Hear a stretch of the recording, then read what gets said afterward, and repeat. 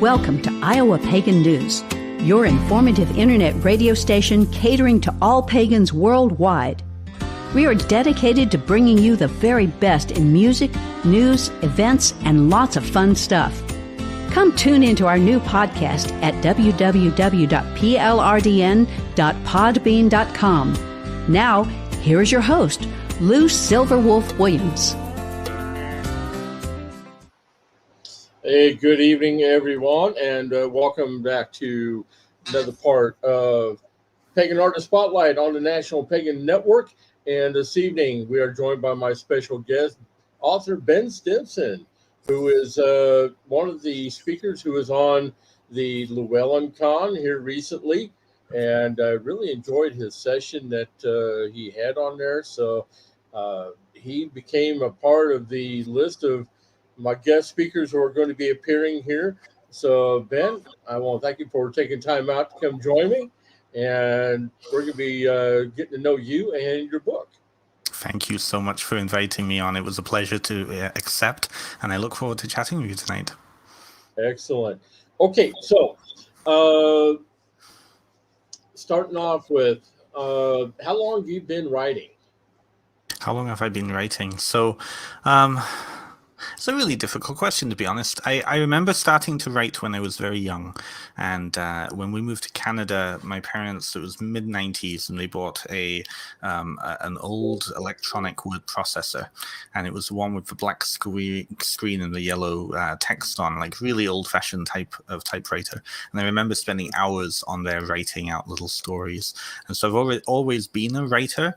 Obviously, when I went to college and university, writing was a big part of that. But as a serious writer, as a published writer, it's only been in the past couple of years when I sat down and actually started to put together something serious. Everything else before that was just kind of playing around and using active imagination. So as a serious writer, it's only been in the past couple of years. Okay, excellent. Okay, so what would you say that your spiritual background is? Of course. So it's kind of an eclectic thing. So people listening can probably hear my accent. They probably hear my Canadian accent and my British accent. So my spiritual background, I started in kind of neo-paganism, goddess worship when I was a teenager. I was really connected with like the Mists of Avalon. My very first book was Starhawk's The Spiral Dance, and that really brought me into kind of paganism. From paganism, I was introduced to Hinduism and the path of Buddhism. So Hinduism and Buddhism became quite important to me. And then over the years, I've been connected with kind of the Joseph Campbell mythopoetic movement. So looking at mythology as kind of a spirituality in itself. And then about 7 years ago, I started working with a group up here in Canada. One of the pagan campgrounds up here, I started with them. And around 5 years ago, I started connecting in with the African traditional religions, and I became a godchild of a priest of Oshun in the African tradition of Lukumi, which also brought in some of the other Caribbean traditions. So I've kind of been all over the place. All of those traditions have been practiced parallel to each other. And around 5 years ago, I also started connecting in with my British heritage, and so I joined the Order of Bards, Ovates, and Druids. So Druidry also came into that mix. A lot of those pieces, all of them connecting in with animism. So I describe myself now as an animist and as a folkloric practitioner, kind of bring all of those pieces together. Mm-hmm. Excellent. Now, as I say, besides being an author, have you done public speaking before? Oh, yes. Public speaking. I started actually when I was in high school with Toastmasters International. There was a wonderful group at my high school, and so I learned the art of public speaking. And then when I went into college, I chose social work as a field, and that needed to have a lot of public speaking aspects, presentations, and whatnot. So when it comes to public speaking, absolutely, yes, a lot of experience there. Excellent. So now, besides the book that's coming out in September, which I believe that you had spoken about, Ancestral Whispers. What Ancestral other Whispers. books have you published? So this is actually my very first debut book. Gotcha. Okay. Yes. So nothing else has been brought out. This is one of hopefully many. So that's why it's so exciting for this to come out. Okay, so what was the basis and reference for the book? So the book is on ancestor work, and when I started to connect with Lukumi and I became a godchild in a Lukumi house, Lukumi is also called Santeria for those who don't know. So when I started in with that tradition, ancestor work was such a big part of the foundations of that tradition. You start with the ancestors before you move to work with the spirits, before you then approach God. And so as a foundational piece, ancestor work was big. Concurrently to that, I was also training in psychotherapy, and one of the projects that we were doing in my program was on ancestor work, particularly looking at family dynamics and looking at how family issues and family dramas come down the generations. So I had suddenly two big ancestor pieces in my life, and so ancestor work became a big part of my life, particularly because being an immigrant, I moved to Canada when I was a child. So although I'm from the UK, I moved to Canada and I was disconnected from most of my family, all of my ancestors. I didn't have the option to just go to a cemetery and visit in with my relatives. Ancestor work became very much about story and about seeing ancestor in different ways. And so I went down that path. My ancestors came into my life very strongly. I went through some periods, major periods of growth and change and transformation.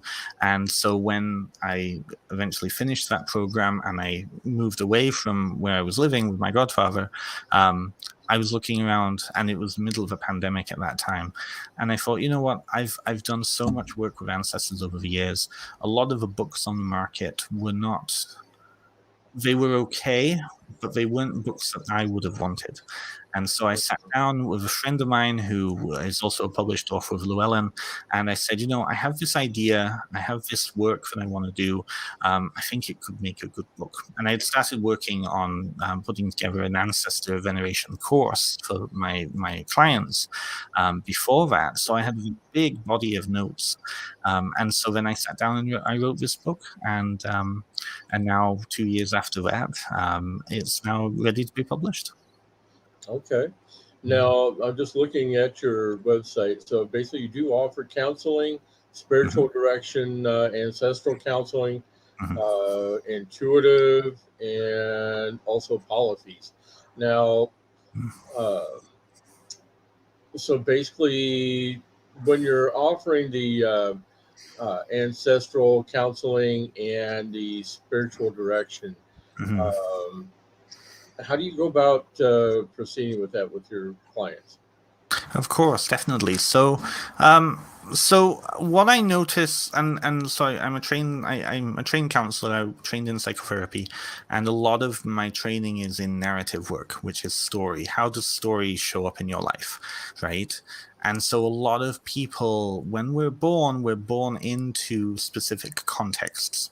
We're born into family situations and family narratives that frame then the rest of our lives. And so when it comes to ancestral work, a lot of people are looking to find out about their family, about their history, and about themselves. You know, when you look at Ancestry.com or My Family Search, oftentimes the tagline is learn about yourself, learn about your history, learn about your story, right? And so when it comes to spiritual direction and ancestral counseling, so those two I separated because I saw a need for those. So ancestral counseling is particularly working with clients around some of the traumas and some of the stuff that comes out from when somebody is actively engaging in ancestor work, whether it be diving into genealogy, whether it be some spiritual direction stuff where they're, you know, connected with some ancestors and some shocking news has come up for them. So it's really working more of a counseling bet of issues that come up. Spiritual direction, on the other hand, is I like to call it couples counseling with the divine. So with spiritual direction, and I have a few spiritual direction clients right now, it's about being the mirror and the person who's going to sit with somebody as they actively explore their spirituality. And how that looks is very dependent on the individual. I'm here to ask the right questions. I'm not here I'm not like a pastor or a priest. I'm not here to give somebody a religion, but I'm here to ask them about their relationship with their spirituality. Like I have a client who is has been interested in various different paths over their life, and through working with them, we came to understand that really that was just looking for the same thing that they had when they were younger, but they felt disconnected from. And so coming back to their family of origin spirituality was a big part of our work, while also including all of the other pieces that they've gained along the way. So that's how I work spiritual direction and then ancestral counseling. Okay. So, okay, I've got one question that I'd like to get your opinion on here. Basically, a while back, a group of us were having a roundtable discussion. And the topic at that time was the differences and similarities of mind, body, and spirit. And I mean, we got really deep into it. When it comes to something like that, what's your thoughts on that? I'm not sure what the question is here. Sorry. Well, yeah, how would you approach if somebody were to ask you what your opinion would be on the similarities or differences between mind, body, and spirit? Oh, I see. Okay. I think that we can take that in many different directions. My main one, I would say right now, that's coming to me is that I think that those ideas of mind, body, and spirit are places along a continuum, and so they're not clear-cut kind of realms that we exist within. We exist within all three realms, right? You know, and I think that we need to be respecting of those liminal places in between those categories, right? And I think we also, and I work a lot with this with my clients, is understanding the connections between those and how each of those will impact the others. It isn't mind and body and spirit, it's mind, body, spirit all together. And so what is happening in one will affect the others. Is a Venn diagram, right? Okay. And so in my work with people, I often will look at when I'm working with counseling, I'm looking not just at kind of the symptoms. You know, if somebody comes in with stress, somebody's coming in and they are dealing with a particular issue in their life. Well, what is the connection between that issue, stress, and the fact that they're not sleeping, the fact that they're not eating well, the fact that they are dealing with untreated trauma from childhood, right? Or in another way, somebody is living with a narrative of themselves that is that was given to them by their parents, which was given to those parents by their parents, and so on and so on.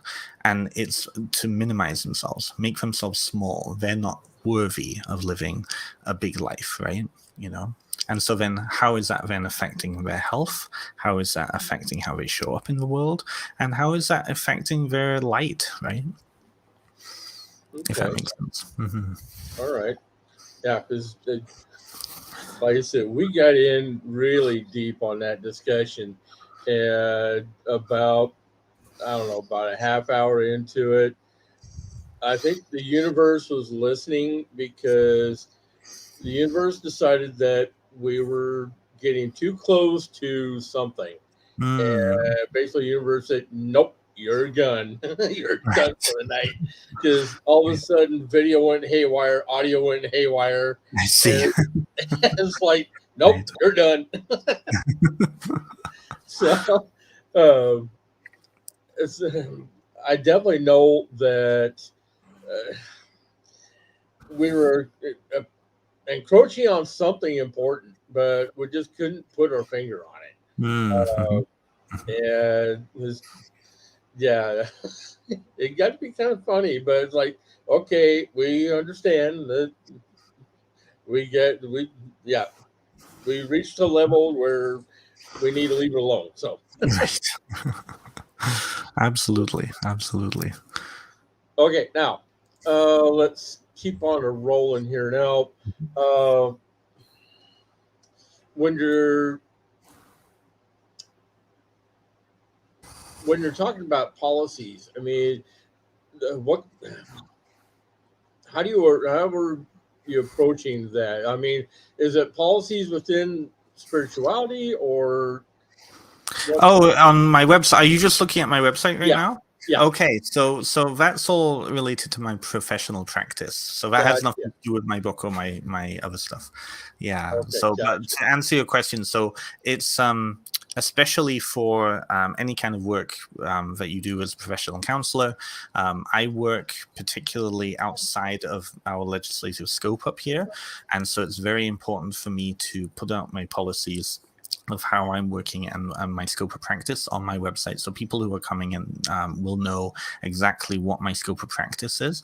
And I think in truth, that actually is very important for any kind of spiritual worker to, to work within a framework of ethics that not only is going to signal to your client that you're safe to work with, but that you are held accountable by. So I have bodies that I belong to that hold me accountable for those and those policies. I'm actually registered in the United Kingdom. I'm moving over there next year with the British Association of Counselling and Psychotherapy, and so a lot of the policies on there are reflected in those. And they're good policies. They're there to make sure that you not only are you safe as a professional, but also that your clients are safe and that they have a place that they can go if they ever don't feel safe, like through a complaints process and guiding ethics, so that we kind of tailor how we work with people to a general framework, right? Mm-hmm. Gotcha. Now, going back to your book, Ancestral Whispers. Now, when you were doing the research and coming up with the information for your book, I mean, did you go back to like family lineage, family trees? I mean, is a lot of this your own personal ancestral, or is it more of a combination of what ancestry is about? Well, so and I understand that you received the galley. So what the book basically is it's a guide to how to build ancestral veneration practices. So ancestral veneration as a form of spiritual tradition by itself, in connection with any other form of faith, right? So what I do, what I essentially saw on the market were a lot of really good books, but they were books that would give people rituals, give people things to do, give people ways of approaching their ancestors. Mm-hmm. And for me, that didn't feel like, at least for me, that was going to work, because somebody's ritual with their ancestors is not necessarily going to fit with me and my ancestors. That's not going to create a relationship between me and my ancestors. Right. You know, if I lived in well, we're talking about Western culture here. So if we lived in a culture where there were those rituals that everybody enjoyed and everybody were part of, including our ancestors, that they also enjoyed those rituals, then it will be a very different conversation. But for many pagans and members of alternative spiritualities, we're still creating those new ways. We're reconstructing those ways from our old faiths, right? And so a lot of things are missing. And so for me, it was very important that the right questions be asked, as opposed to me giving the readers, okay, this is a ritual that you can do on Samhain. This is a ritual that you can do on Friday mornings, whatever it is, right? This is a particular thing that you should do with your ancestors because it's good. Well, that's not going to work for me. So what I did was I looked at broad kind of brush of different traditions around the world.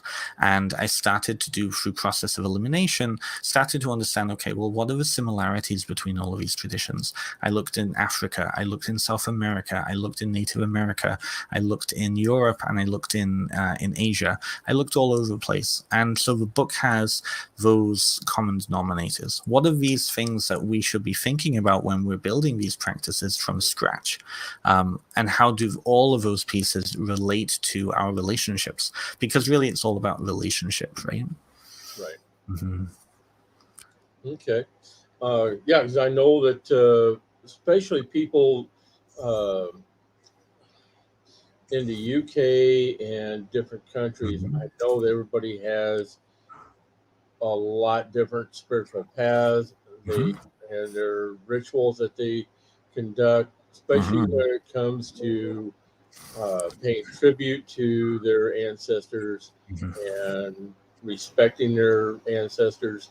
Um, Usually, when I hear about something like this, I was gonna say, did you wind up using your own ancestry for part of this book? There's certainly pieces in there of my own journey, absolutely. Okay. As Ronald Hutton said, where's Ronald Hutton here? Of course, the copy I have doesn't have that, but Ronald Hutton, who's one of the major kind of witchcraft study professionals, there we go, professors over in the UK, he said that it was a very well thought out book, but a very personal book, and it is a very personal book too. I like to use my own examples with my own ancestors as a way of framing the conversation, but essentially it's coming back to the reader and asking them, okay, this is my experience, this is the experience of some of these other traditions. What do you think of this? How does this relate to your relationship with your ancestors? I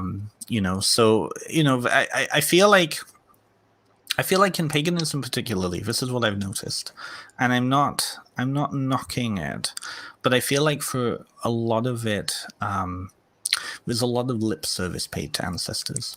It's like when we begin, some ritual in a big pagan festival, for example, we say, let us honor the ancestors. Let's all hold hands and honor the ancestors for, a minute and 25 seconds. And then it's on to the main ritual.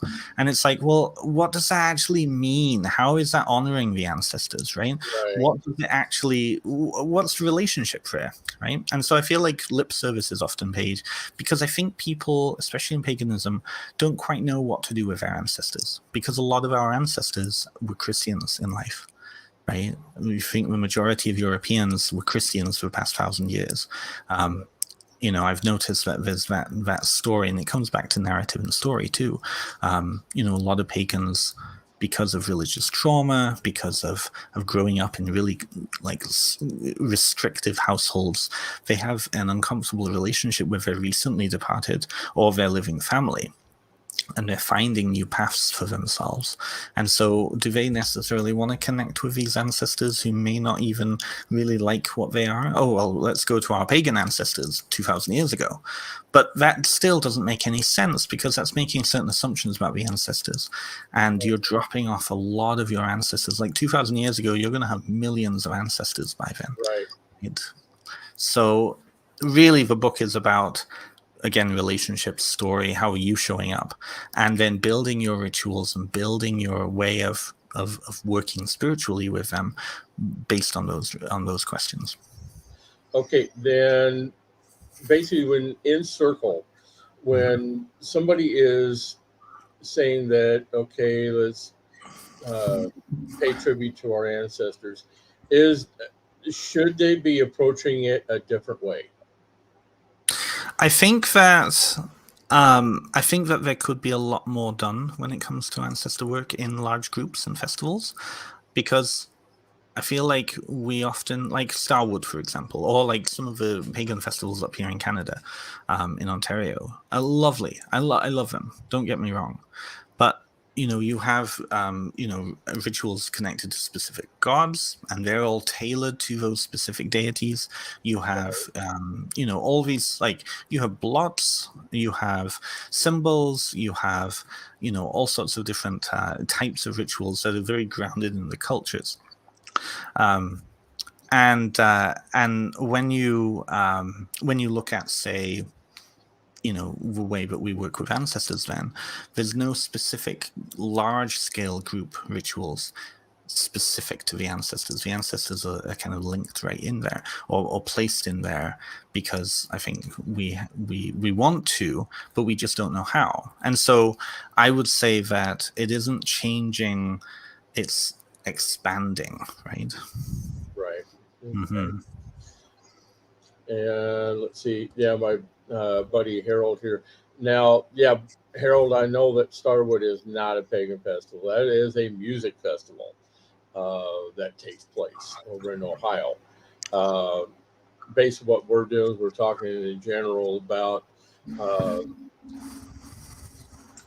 pagan festivals that take place both here in the States and also up there in Canada, where he's at. Mm-hmm. And how we should be approaching uh, especially when we're in a circle at either at the beginning of the festival or at the end of it. Mm-hmm. And when we're wanting to pay respect to our ancestors, um, yeah, what you were saying there, Ben, is that there may be ancestors that we know nothing about, and whether we should actually be paying tribute to them when we had know nothing about them, or uh, we don't know the exact history, uh, and but yet there is a good way of approaching that. Uh, Mm-hmm. and it's good that we get. I mean, it's good to know that um, there are better ways of bringing this up. So I guess the one thing that I would probably suggest is that if we're going to be doing that, then we need to have a tribute to one specific deity. Well, Or, I'm not. No, I'm not sure that I would say that when it comes to kind of big group festivals, and I would disagree with this individual that Starwood is not a pagan festival, but that's not an argument that really we need to have on this conversation. But I would say that it isn't so much about kind of changing what's already established at these festivals, but I would say that as people in the pagan community and the New Age spirituality community begin to develop their own rituals around ancestor veneration, then we can start to see, particularly in, say, like Asatru or heathenry or druidry or any of these particular groups, we can begin to see then rituals devoted to the dead specifically. Then, at big pagan festivals, we might start to see then, specific rituals for the dead, and this is already happening in just different ways. So, the Dumb Supper, for example, is a tradition that has been going on for a few decades now in the pagan community. I've been involved in Dumb Suppers, and those who have never heard of this term, so the Dumb Supper is, or the silent supper, is when you come and you sit. And you sit with your ancestors and you commune with them, and it's more of like a tea and the ones I've had, it's more like a cafe sort of environment, and you spend time with the dead, and it's ritual because it's choreographed, right? Let's see here. yeah, he says Trees of Avalon in Florida has a festival called Ancestral Nights during during Samhain, and all about the ancestors. And all our ancestors came out of the cave, bringing with them the very root of animism. Okay. So that's interesting, because that's one part of that I was not aware of. So I'd have to look into that more myself. Okay. Uh, Okay, now besides this book that's coming out in September, right? I'm guessing that you're going to have a big book release, Mhm. and are you going to be making appearances at stores to do book signings and? I'm gonna try a lot of the stuff that I've been doing. Unfortunately, up here, I don't have much option to come down to the States, but a lot of the stuff I'm planning on doing is online. So on September 8th, I'm going to be doing an online virtual book launch, and then September 30th, for those who are in Ontario here, I will be doing a full in-person book launch in Waterloo, Ontario, and that will be on a Saturday. Saturday, September 30th is the preliminary date. We have to still figure out those pieces out. So, but yes, I'm hoping to go around and do some in-person events. A lot of the stuff I've already done is online, and kind of because of where I'm at, I'll be doing a load of stuff online for people. So, Okay, excellent. Do you have any other books in mind that you're going to be wanting to write in the future? absolutely. So now that I've gone kind of through the process of writing, and I feel like I was very, very lucky to have an amazing editor at Llewellyn, and amazing publicist. Of course, you know Marcus. Who's really shepherded me through this process. I've been doing my own podcast, and so a lot of other authors I've been connecting with have also been giving me some excellent advice. So I have a few ideas.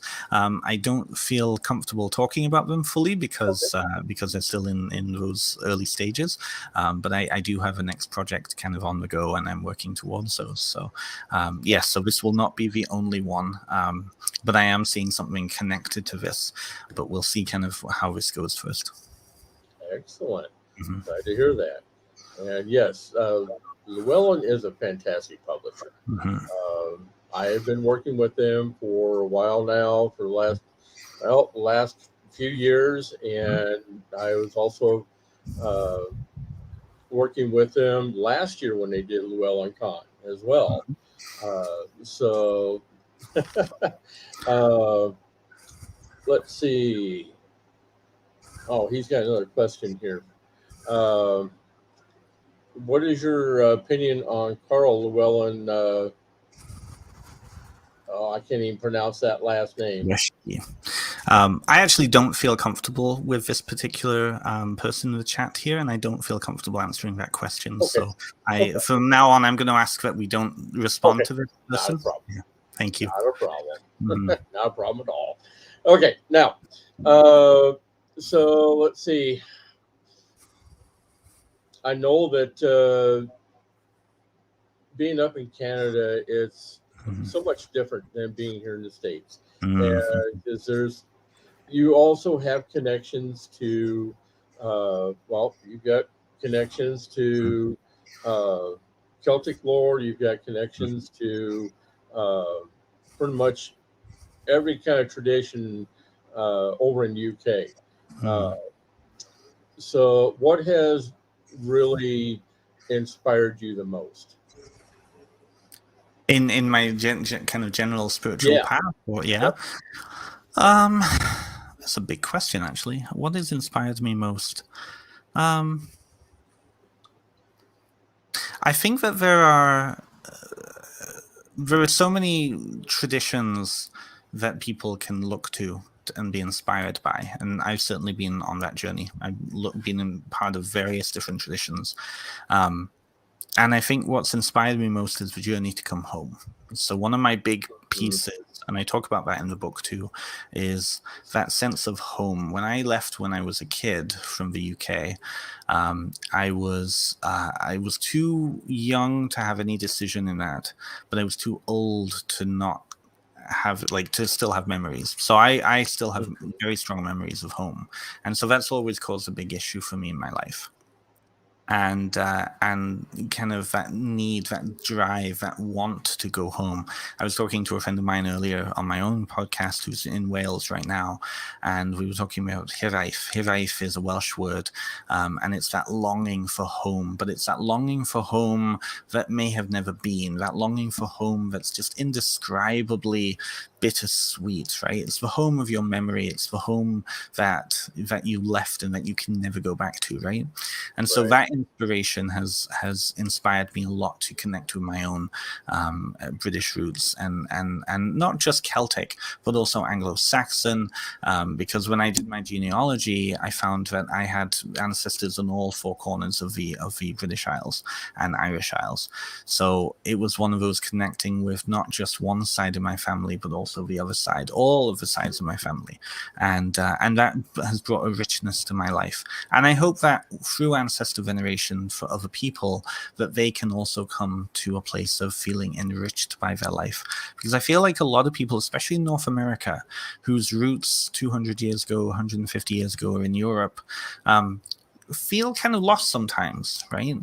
There's that connection to Yep. the land that you're on now, but knowing that that land didn't belong to you or your ancestors up until, a few generations ago, understanding that, there has been a lot of injustice done to other people, the indigenous community, the African Yeah. American community, and so on. And so then where do people find themselves? Well, they can find themselves still in that land, but they can also find themselves in that old homeland too, right? And through bridging the gap between those two places, coming back to a place of whole, and feeling enriched because of that. Yeah, because I think pretty much every person in the pagan community who I have spoken with over the years, Mm-hmm. whether it be musicians, uh, authors, you name it, when they talk about having a longing to go over to Ireland, Europe, England, and when they're over there, they say that it's like being home. Mm-hmm. It's like going home, Mm-hmm. and I can fully understand that Yeah, because even I mean there are times that I want to go over there myself, yeah. and because there's a lot of areas that I feel that I want to explore and get to know the history, and so my understanding is a lot clearer. Mm-hmm. Yeah. And so for you then, kind of, if I may ask, what is your ancestral background? What parts of home exist for you over there? Well, I know that going back going back a long way. Um, I know that I've got connections to back to the old Celtic warrior days, and even on my mom's side, I've got German ancestry, Mm, um, and on my dad's side, I've got indigenous mm, connections. So it's really a mix for me. mm, mhm, mm. So Yeah, that's a very common thing in North America. So many people have those connections on both sides of the Atlantic, right? And so it's then with ancestor work, how do you then bring all of those internal communities together again? And I think that's something that is missing from a lot of paganism, because again, that piece around cultural appropriation, so many pagan traditions are rooted in Europe. And so for people who have mixed heritage and who have vibrant heritage, I like to say, then they're ignoring one part of their background in order to focus on another.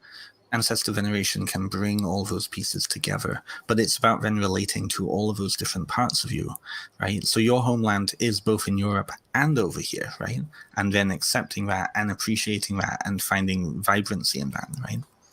right, and in fact, there is one location that in fact I've got to go back and ask about this. But there are several musicians who have taken uh, trips over to Glastonbury, Oh yes. and there's one particular location over there that every single one of them has said once they enter that place, they feel like somebody different.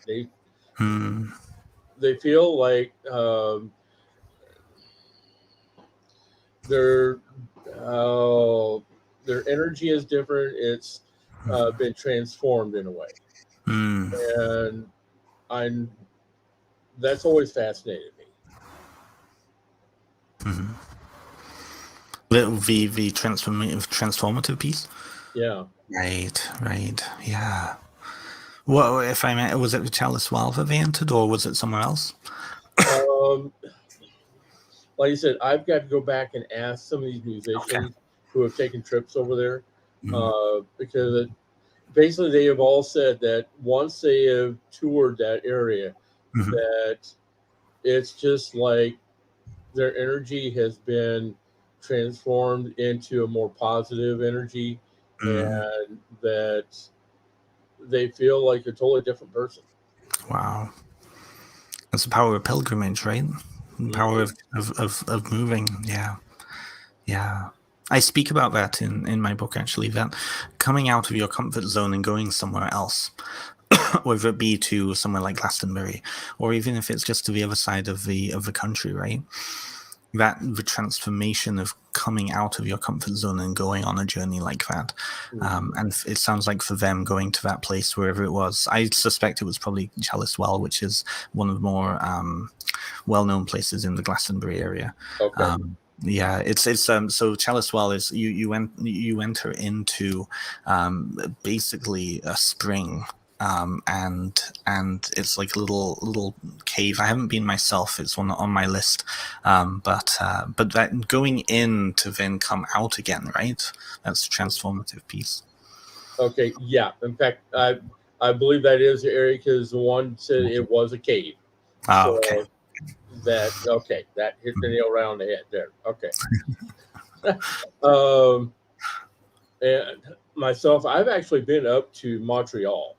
Oh yes. Mhm. I've been up into that area. That was back years ago as a kid, but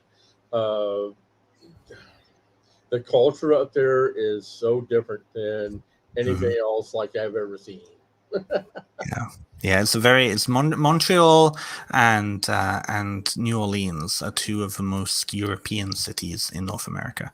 Montreal is amazing, though. I love Montreal. Hmm. Hmm. Yeah, and the one thing I tried preparing myself for when we are due to go up there was me trying to learn French Mm-hmm. and failing bad. Parlez-vous québécois? Like I said, I failed miserably. Mhm. There's got to be one of the more harder languages to learn. Well, it's funny. I grew up when I was a kid. I had to have speech therapy, and we had moved to Wales. I was born in Wales, which has the Welsh language as well as the English Hmm. language. And I went to an English school, but they had Welsh lessons there, and so I actually had speech therapy by a Welsh woman. That's kind of where I have a little bit of a Welsh accent in there too. And so then when we came to Canada, of course, there was no Welsh anymore. It was all French, and so we started learning French. And then so when you're exposed to so many different languages, especially as a kid, you start to appreciate how difficult English actually is. Because when you look at the development of English and how it came, it's really messed up. It's a messed up language. It really is. It's kind of taking them elements from all over the place, you know. Yeah. Yeah, I would agree with you there. I will agree. Mhm. All right. Well, this has really been helpful and informative for me, learning Mhm. new stuff, and I do appreciate you a lot. And Thank you. I wish you all the best with this new book, Thank and you. um, and yeah, everything that's going to be coming with it once that releases. Because I have a feeling that it's going to be very popular. Thank you. I really hope so. When I sat down to write this book, and a lot of the authors that I've connected with, and probably a lot of the authors that you connect with too, they always say the same thing, and I feel the same way. I wrote the book that I needed when I first started on this journey. So the questions that I'm asking in this, the exercises, the journal prompts, the things that I present in this are all there to prepare and help somebody think about their practice. Because I think a lot of people pick up books, especially pagan books, and they're wanting to be told what to do because they don't have Right. any other frame of reference. So this is really a thinking book. This is a book that will ask good questions, and I hope that it does help people. Well, All right. So be sure to, basically, come September 8th, that's going to be the release date for Ancestral Whispers. Now, I know this can be available through Llewellyn. Yes. That's going to be the main place for everybody down here in the States to get it. And they'll also be able to also get it on your website too, correct? No, so I won't have any way for people to get it through my website, mainly because it's kind of where I'm at. So if I were to sell them through my website, Llewellyn would have to send it from Minnesota up to me, and I would have to pay shipping charge, and then I would have to ship it back down again. So shoot. yeah, I know, right? I know. What I usually suggest is it's all available for pre-order now. You can go to the Llewellyn website and order through them. That's only for the States, though. That isn't for anybody in Canada or in Europe or anywhere else.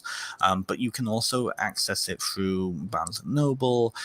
You can go through, there we go. You can go through Barnes & Noble. You can go through Amazon. You can go through even your independent local bookstore. And I used to work in a local independent bookstore up here in Canada. They are amazing, and they have access to publishers that you may not even be able to get through Amazon. So if you have a local indie bookstore, approach them and see if you can order it. And sometimes they also have some really cool, like, not discounts, but like incentives for you to do that too. So excellent. And I gotta admit that you picked the perfect artwork for the cover. Thank you. Yes, I'm very, very pleased with the artwork for the cover. And if people go to my my Facebook page, Ben Simpson Author in Facebook, they actually just released the back cover. If you go to the Llewellyn website now and look up my book, and I think most books are then out in September, you can read usually the first chapters of the book for free. So if you want to get a sense of what my book and some of the other, I think there's like 10 or 15 other books that are coming out in September, you can go to the Llewellyn website, look them up, and read the first chapter and have a glimpse of what's inside before you buy the book. And then that way you some of these books can get a little expensive, right? Excellent. Okay, well, Ben, I appreciate you taking time out with me this evening to talk about this. It was a pleasure having you on the show, and look forward to hearing more from you. And Absolutely. So we'll be staying in touch. I hope so too. Thank you so much. Thank you, and thank you for everyone who's listening today. Thank you. You are very welcome. You've been listening to another edition of Pagan Artist Spotlight on the National Pagan Network. And we've been spending this time with Ben Simpson, who is a new author to Llewellyn, publishing his first book, Ancestral Whispers. We're looking forward to seeing that come out in September. And I'll definitely be getting a copy of it because Marcus will be sending me a copy of that. That Wonderful. I do know. So, Wonderful. If you have questions for Ben, be sure to look him up on both Facebook and also you can contact him through his website on benstimpson.com. If you have questions for me, you can contact me at Earl at iapnradio.net or else iowapagannews@gmail.com. Have a great night, folks, and we'll be back again more later this week because we have another great author coming up to speak with us. So be sure to tune in for that. And in the meantime, we're going to be out of here. Have a great night. Thank you for tuning in. Hi, this is Tracy Nicholas with Madmen and Heroes, and you're listening to Pagan Artist Spotlight on the Prairieland Radio Network and the Podbean Podcast Network. Thank you for tuning in to today's broadcast. All shows are recorded and available for download at plrdn.podbean.com. All rights are reserved and may not be replayed without written permission by IAPN Radio Management. Come join us at our new group, IAPN Radio on Facebook, where you can be kept up to date for future broadcasts. Pleasant journeys, everyone.